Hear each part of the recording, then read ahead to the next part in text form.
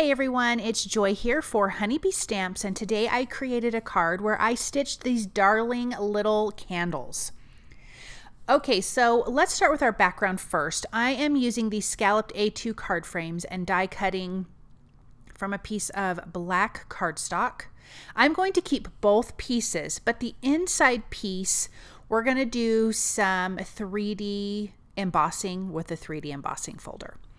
But I do want to keep that outside frame as well. That's going to be our whole background to our card. So let me remove this scallop frame, and then let's bring in, I think this is the Embroidered. I think that's what it's called, the 3D embossing folder. But I will have everything listed and linked for you guys down in the description. And I'm going to run this through my die cut machine. And this is going to be our background. I chose this background because I want our stitched candles to really pop off. So I have two that I die cut. I have the little flame piece here that I die cut from white cardstock. And I have a tail coming through. I have 3 pieces of floss on my needle. This is a variegated floss that I've had in my stash for a long time. I think I got it from one of the big box crafting stores. But I'm having that little tail piece behind all of my stitches. So I am going up the side and going down the center on each one of the stitches, and then I'm overlapping over that tail piece. And you want the tail piece to be longer because you're going to tie a knot at the end. So again, coming up through the outside hole and then going down through that center hole. Super easy. But I thought it would be fun with the variegated floss because that's going to give you a lot of color on your stitching. Not that just one single color of floss wouldn't be great, because it would. But this just makes it so much easier to get a lot of color on there. So I'm going to work my way all the way around my little flame here. And you can see the other one that I've already done. This is really super simple, really, really easy. And you kind of get a lot of bang for your buck this way. You could also do this with wool felt and put that on a card as well, and that would be really cute. But I'm showing it with cardstock, and I did use a thicker cardstock. So I used some cardstock from scrapbook.com, their mixed media cardstock, because it's really, really nice and thick. So let's finish up this last little bit here. Again, going up the outside and then going down through the center.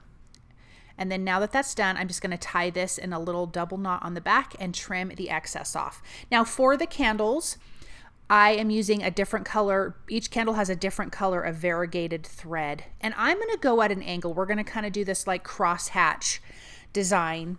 So I'm going to start at one of the corners. And I'm going to leave a tail again, so that way I can, and leave a long tail. My tail was not quite as long as I needed to, but I was still able to tie it. And if you do need to slow this down a little bit, you can just hit that little gear on your YouTube and slow it down. My husband told me about this a while ago, so you could definitely slow it down. But I am going through every other hole at a diagonal, because when we go back the opposite direction, then I will go in the holes that weren't already used. Does that make sense? Super simple, super easy. And so you can see that other candle there, what that looks like. And I did die cut from a soft pink cardstock. I did want the candle to be a little bit of a different color.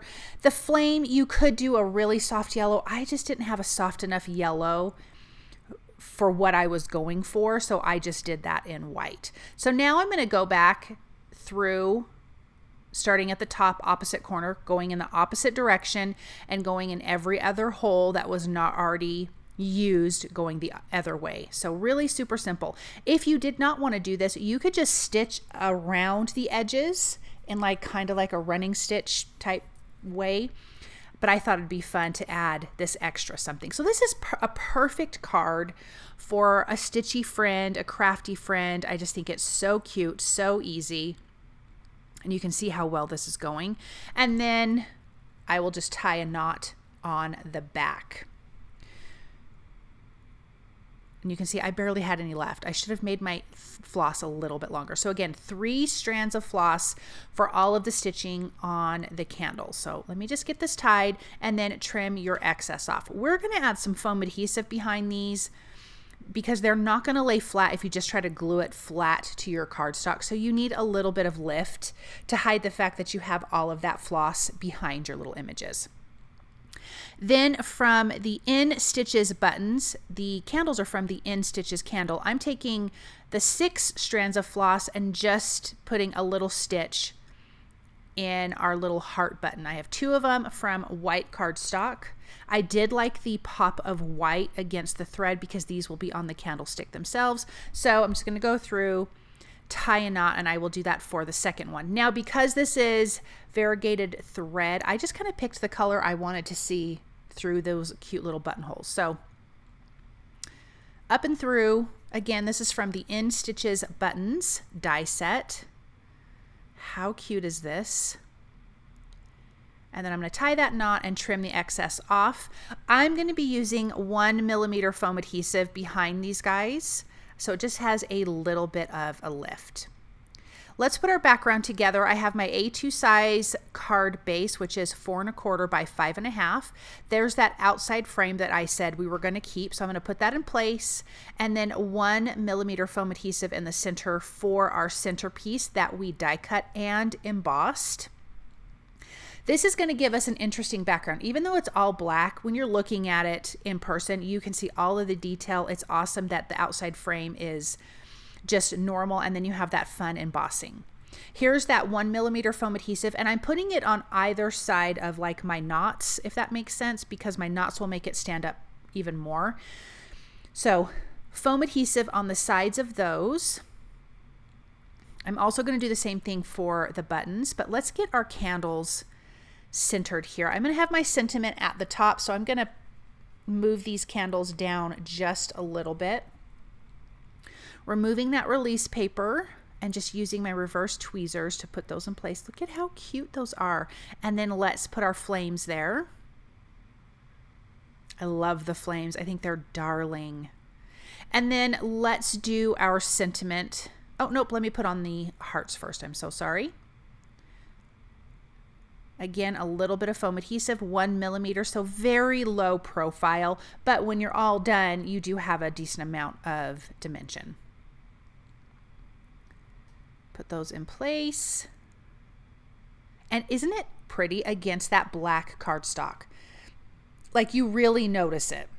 Okay, the sentiment is from the So Glad stamp set on soft pink cardstock that I used for the candles, and I used the coordinating die to die cut that out, and I added 2mm foam adhesive for the sentiment itself.